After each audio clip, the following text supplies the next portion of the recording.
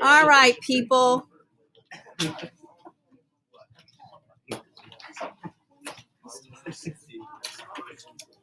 Okay, so we ended up whenever we last took notes, I think it was on Thursday, with looking at the church. You had a reading that discussed different parts and issues of the church. And again, we are going to keep looking at this. Sebastian, I know you just opened that. Can you close it? Thank you. And we'll continue to look at this, the church, as we continue to move through both the Middle Ages and onward, because hopefully from that reading and what we discussed, you have a better awareness of how important, how much. I don't think anybody driving up wants to see your booty hanging out the window up there. No, I know they don't. So now we're going to look at our first particular person, and that will be what our assignment will continue with today, and that is Charlemagne. Charlemagne, which is and translates into Charles the Great. I wish I could say it like French. When last spring break, or 2 spring breaks ago now, when we went to France, and I was asking our guide all these things, and I was saying it in the way I say it, like Charlemagne. It took us a while to figure out, and then he would say, "Oh, you mean?" And I would say, "Yeah, that." The way you say Charlemagne in France is awesome. Charlemagne has a big, giant statue out in front of the Notre Dame, because he is one of history's greatest kings in the whole history of the world, but he's certainly one of the most important French kings. He's going to rule from 768 to 814, which is an incredible amount of time. His empire covered most of Western Europe and Central Europe. These are the 3 things, again, that are what make him very important both in the history of the world and especially for France. He was a very strong warrior. He was a very strong statesman. And for those in the Christian community, he was a devout Christian. Now, here's where the hang-up gets, because I think in our movie that we'll watch, I think it's next week, you're going to see he has a lot of wives, which does not equate to devout Christian in the modern 21st century. One of the jobs as a king, just like when we were in ancient Rome and ancient Greece, is for the king to have a lot of sons. And so, again, Charlemagne is a devout Christian, but he has more than one wife. I think he actually has 4. I'm not sure. He could not write, but there is, and I don't know how this works, because in my brain, if you can read, you should be able to write. I'm not sure, but there is a strong group of people that really believe that he could write, but he could read. But I don't know how. I don't put that in my notes because I'm not sure that's got enough historical scholarship to say one or the other. So one of the things that we start to look at, and I'm going to turn that backlight off, when we start looking at more modern times, when we have artists that have either, this is a stained glass, but either paint or have pictures of nobility, is what the pictures look like. So this is obviously something that Charlemagne had commissioned and looked with a lot of detail, right? This isn't a selfie. This isn't a candid shot. This is a planned expression of who he thought he was. And he picks all of these things as part of what he wants to portray. And so when we start to look at things in the image, not just the physical, what he looks like, but all the things that he has chosen as a way to present himself. If you are painting a king, your job is to please the king. That's why we don't put a lot of thought into the facial features, because the painter's going to make you look a certain way because you don't want to get in trouble with the king. So one of the things to look at, again, is he is a big guy. Physically, he is a large guy. But the way that he is placed in this stained glass makes him appear even larger than life, right? He's standing up on kind of like a platform. He's encased by these 2 columns.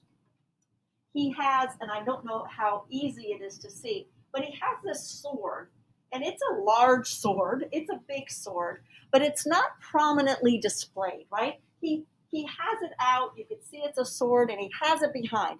That is a sign of someone who is very sure of their power, right? I'm not standing out holding the sword like all of you look how he's able to project this strength, this warrior part of him in a subtle way, right? I don't have to do that.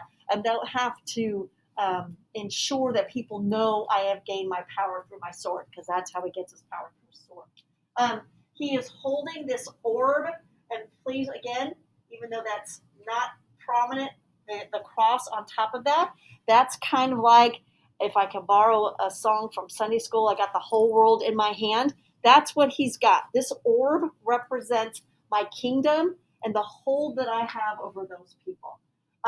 Not a really ornate crown, but if we kind of look at the placement of this thing, kind of sends this idea of a heavenly orb, right? Like a halo type of effect. That again is not by chance. It wasn't by chance like, oh, he just happened to be standing. This again gives this effect, the same as these little fat baby angels up on top, right? His connection with not only just being a king because of this sword, but I'm a king because this God thing says I am. And that's the steps that we're taking toward what eventually is called the divine right of kings. I'm the king because God said so. So if you go against me as your king, you're also going against God. And that's a really big step. That's why kings were able to hold their power for so long. Because I say I'm anointed by God as your king. I'm going to be anointed by the church. That's why I'm your king. So if you go against me, you aren't just going against me as a king. You're going against God and your church. And that, again, becomes that powerful strength that will move on. Now, Charlemagne, still mostly king because of this sword, but he's making those steps in the direction of connecting the king and the church. And that bond will be really, really strong, very strong. And it will take centuries, centuries, and centuries before the peasantry, you people, will break that bond. Fat little angels. If I was ever going to develop a course, not that I'm going to, I would develop a course about the study of angels, not angels, but like the image of angels. Because right now, we have these cute little fat baby angels. In about 300 years, when we get the plague, we're going to have angels like the angels of death. They're going to go to like Skeletor kind of angels. So, and then again, we'll move from that back to fat baby angels, and then we'll get to angels that look like beautiful women. And all of it has this deal with history, right? Of where historical periods are at. So right now, the church is in its infancy. So we have these little cute fat baby. When we get to the plague next week, we'll see a whole different kind of angel. There'll be skeleton type angels coming for people with death. Again, these things tell us a lot about how this person wanted themselves to be perceived, right? Peasants can't read. We don't have museums yet. This would have been in a church. This would have been stained glass in a church. So while you're sitting in church looking at the stained glass of the Stations of the Cross and all the other things there, you would also see your king in a place of reverence. So that is, again, important for instilling in the peasantry this idea of the place of the king next to God. All right, does that make sense? Questions, anybody? And I know that those of you that the tunic that he's wearing, that tunic is most of what everybody wears. That's why, like old, when you have, if you look at like old type Santas, that's why, again, they have those tunic type things. We don't get pants for men for a really long period of time before men have pants. Okay, questions about any of that? All right. Oops, is that next? Okay. Did I go too many? Okay. Charlemagne established Mise Domici, which again, it's Latin, not very good, translates into messenger of the Lord King. 2 people. And so what Charlemagne says is, it is easy for one person to commit treachery and treason and change up messages and keep things for themselves.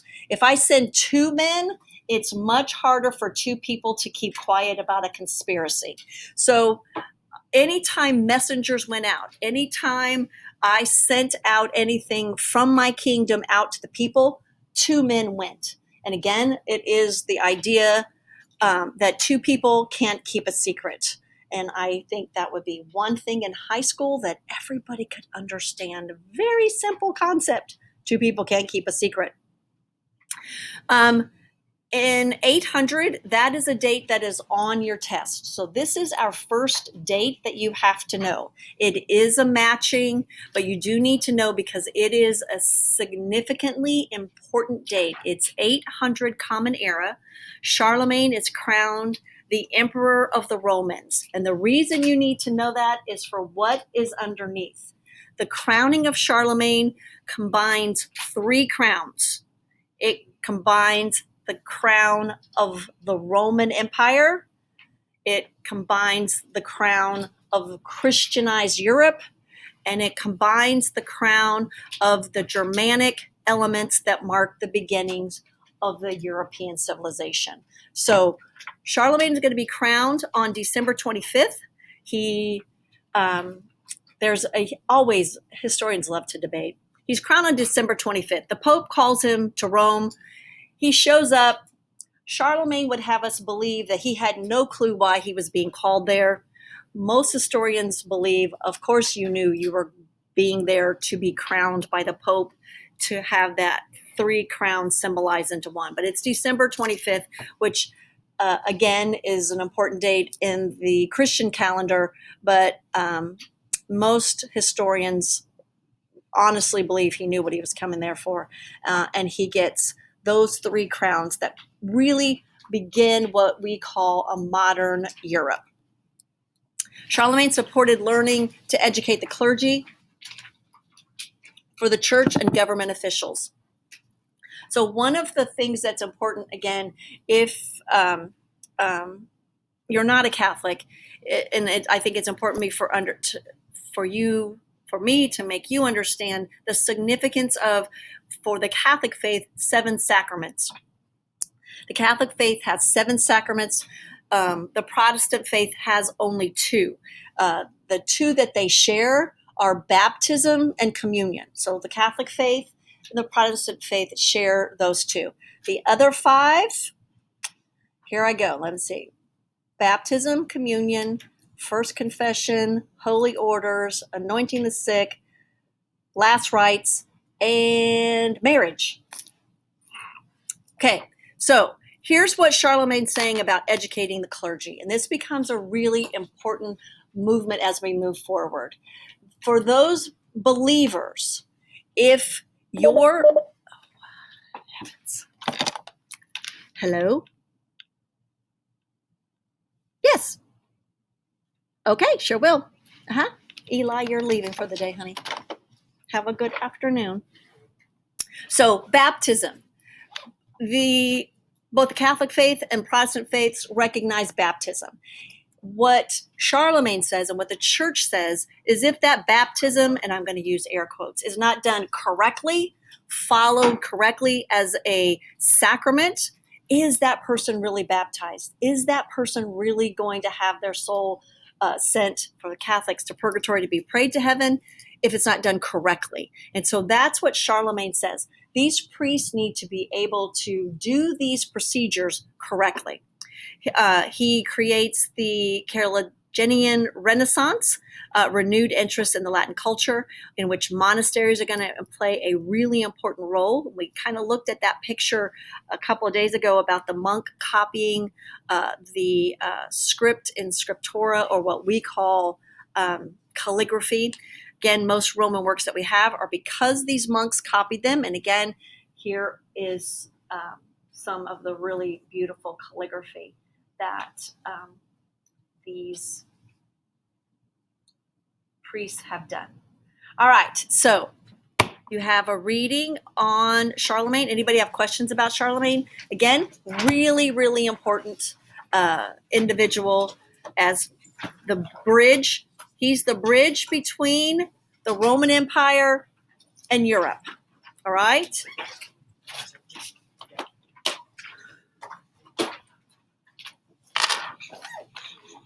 So your assignment is in Canvas, should open in Cami. There should be places left for you to answer on the worksheet. There will be some really, I think I've got 2 fill in the blanks. So all you need to do on that is fill in the blanks. I know I don't usually do fill in the blank questions. And then at the very end, you have, after you've gone through all that, to kind of assert and look through, was Charles really Charles the Great? I always forget his father's name was the Hammer, kind of like a wrestling, Charles the Hammer. All right, I'm going to turn the lights back on.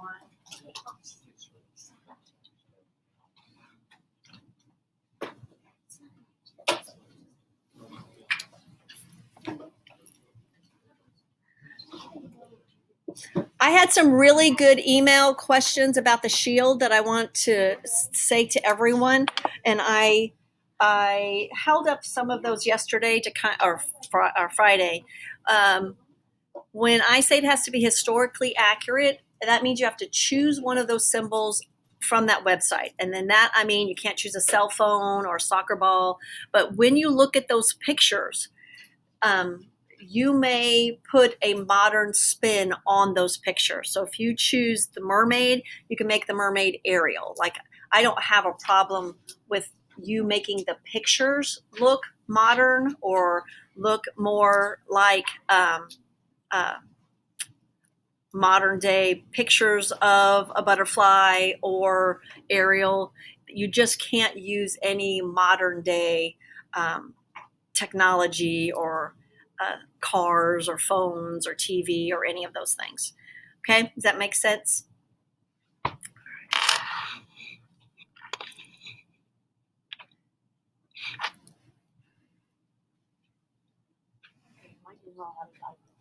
So I have like a sponge, like a snail and stuff. Mm-hmm. SpongeBob Mm-hmm. has a lot, so can I use like SpongeBob pictures? Or is that You like, can. Yes. Is that what you were trying to ask me? Yeah. Yes. It's like technically like songs or something. Yep. You certainly may.